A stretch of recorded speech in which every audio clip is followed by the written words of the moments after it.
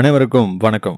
வாழ்க்கையில் எப்போதான் என் கஷ்டம் தீரும், எப்போதான் எனக்கு ஒரு நல்ல காலம் வரும் அப்படின்னு காத்துட்டு இருக்கிற அத்தனை நல்ல உள்ளங்களுக்கும் இந்த 2026ஆம் ஆண்டு ஜூலை மாதம் ஒரு மிகப்பெரிய திருப்பு முனையாக அமையப்போகுது. காலம் அப்படிங்கிறது ஒரே மாதிரி இருக்காதுங்க. கடிகார முள் சுழண்டுட்டே இருக்க மாதிரி நம்ம வாழ்க்கையோட சக்கரம் சுழண்டுட்டே தான் இருக்கும். இன்னைக்கு கீழே இருக்கவன் நாளைக்கு மேலே வருவாங்க. அதுதான் அந்த பிரபஞ்சத்தோட விதி. நம்ம ஜோதிட சாஸ்திரப்படி இந்த 2026ஆம் ஆண்டு ஜூலை மாதத்தில் விண்வெளியில ஒரு மிகப்பெரிய கிரக பயிற்சியும் கிரகங்களின் சேர்க்கையும் நடக்குது. நவகிரகங்கள்ல சுப கிரகங்கள் அப்படின்னு சொல்லப்படக்கூடிய குரு பகவான், சுக்கிர பகவான் மற்றும் புதன் பகவான் ஆகிய 3 கிரகங்களும் ஒன்னா இணையறாங்க. இந்த கிரகங்களின் சங்கமம் அல்லது கூட்டணி அப்படிங்கிறது ரொம்பவே அரிதானது. அதே சமயம் அசாத்தியமான நன்மைகளையும் நமக்கு தரக்கூடியது.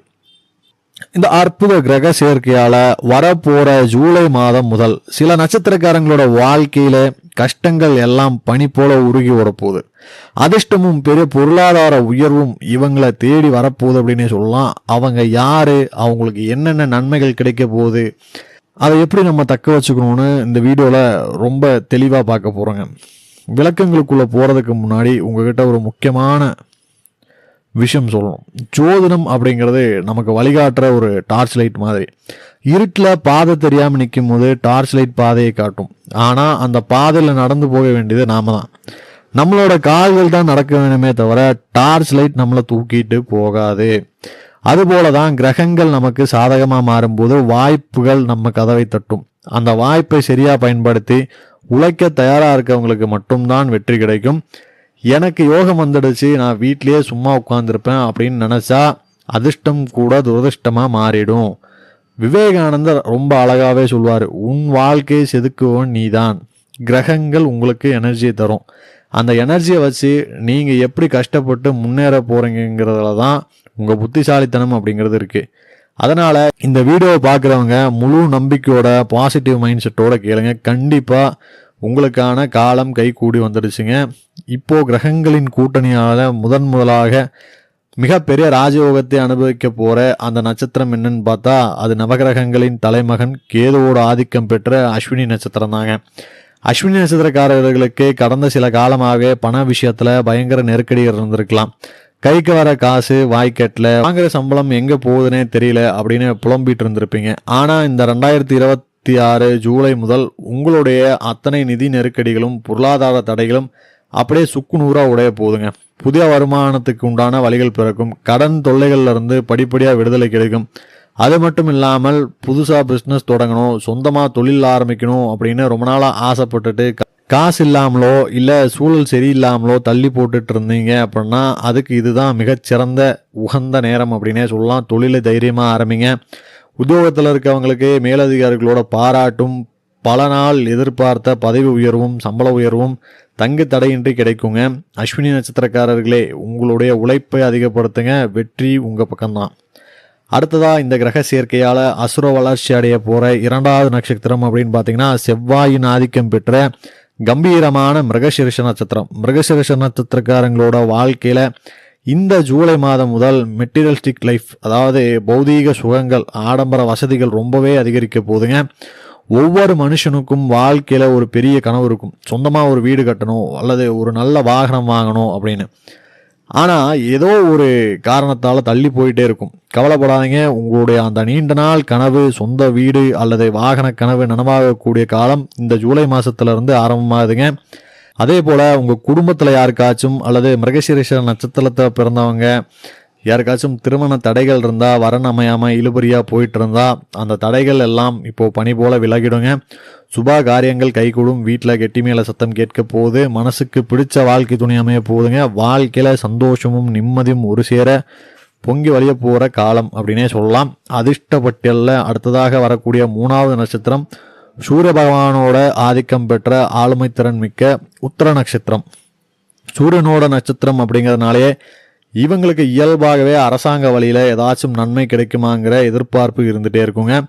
உத்திர நட்சத்திரக்காரங்களுக்கு தொழில் மற்றும் வேலை வாய்ப்பில் ஒரு மிகப்பெரிய உன்னதமான உச்சி காலம் பிறக்க போகுது அப்படின்னே சொல்லலாம். குறிப்பாக யாரெல்லாம் காம்படிட்டிவ் எக்ஸாம்ஸ் எழுதி அரசு வேலைக்காக காத்துட்டு இருக்கீங்களோ அவங்களுக்கு இந்த ஜூலை மாதம் முதல் வர காலங்கள் ரொம்பவே அனுகூலமாக இருக்குங்க. அரசாங்க உத்தியோகம் கிடைக்கிறதுக்கான வாய்ப்புகள் மிக பிரகாசமாக இருக்கிறது. மேலும் உங்களை சுற்றி இருந்த வம்பு வழக்குகள், கோர்ட் கேஸு அல்லது பங்காளிகளுக்குள்ள இருந்த சொத்து தகராறு, தேவையில்லாத சண்டைகள் எல்லாவற்றிலும் உங்களுக்கு சாதகமான தீர்ப்பு கிடைக்குங்க. அதாவது தர்க்கங்கள்லேருந்து நீங்கள் தான் வெற்றி பெற போகிறீங்க.